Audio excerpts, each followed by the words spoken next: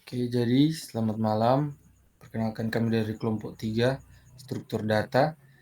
Dan di sini kami beranggotakan saya, Lordi Parihala, Gilardino Maneneke, dan Kevin Justin Eng.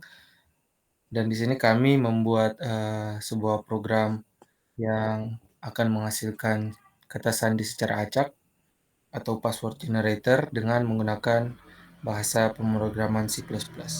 Dan langsung saja untuk penjelasan kodenya. Yang pertama, kita mengimport library. Di sini ada beberapa library yang digunakan, yaitu IOStream, library standar untuk input outputnya, ada Conio, library untuk fungsi-fungsi konsolnya, ada DOS untuk kontrol waktu, ada library Windows untuk fungsi-fungsi konsol di Windows environment, dan ada time untuk manipulasi waktu. Dan selanjutnya masuk di bagian void gotoksi dan void set cursor. Ini adalah di sini kita membuat fungsi manipulasi kursor, di mana untuk gotoksi ini untuk menggeser kursor konsol ke posisi yang ditentukan, yaitu XY, dan void set cursor ini untuk mengatur visibilitas dan ukuran kursor. Dan selanjutnya kita membuat fungsi gambar border dengan void draw border. Di sini kita menggambar bingkai pada layar konsol dengan karakter ASCII dan membuat batas untuk menampilkan hasil kata sandi. Ya, lalu selanjutnya kita membuat fungsi animasi loading. Fungsi animasi loading dengan void loading animation. Loading animation ini akan menampilkan animasi loading sederhana dengan titik-titik sebagai indikator pembuatan kata sandi. Ya, selanjutnya kita masuk ke dalam bagian utama, fungsi utama, yaitu main code-nya. Dan di sini mungkin langsung saja ke bagian ke bawah sedikit. Nah, atas. Nah, ini adalah atas sedikit. Ini adalah bagian logikanya. Logika pembuatan kata sandi berdasarkan tingkat kompleksitas. Yang pertama adalah weak, complexity 1. Di sini kita hanya menggunakan huruf kecil dan angka. Lalu ada average, rata-rata, complexity 2, menggunakan huruf kecil, huruf besar, dan angka.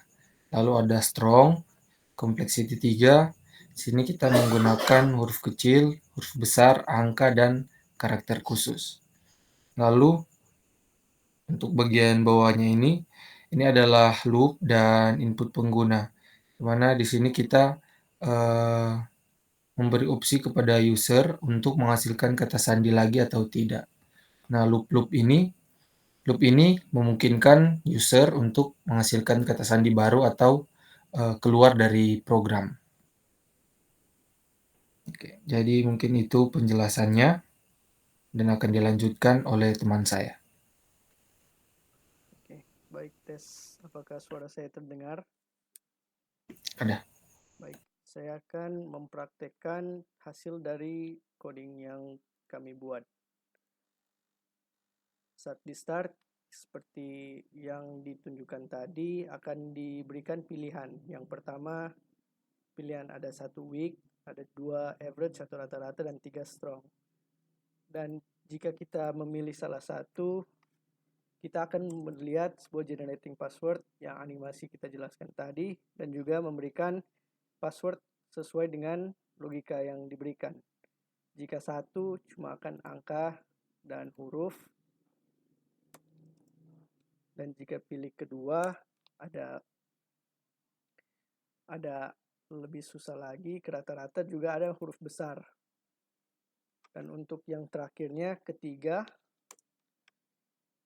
akan ada kata-kata khusus seperti slash, koma, dan digabung dengan yang weak dan average, menghasilkan password yang strong sebagai berikut.